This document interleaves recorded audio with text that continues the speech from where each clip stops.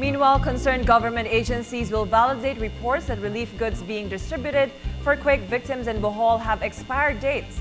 Communications Secretary Sonny Coloma said the DSWD will take the necessary steps to ensure that relief goods will not be hazardous to the health of the quake victims.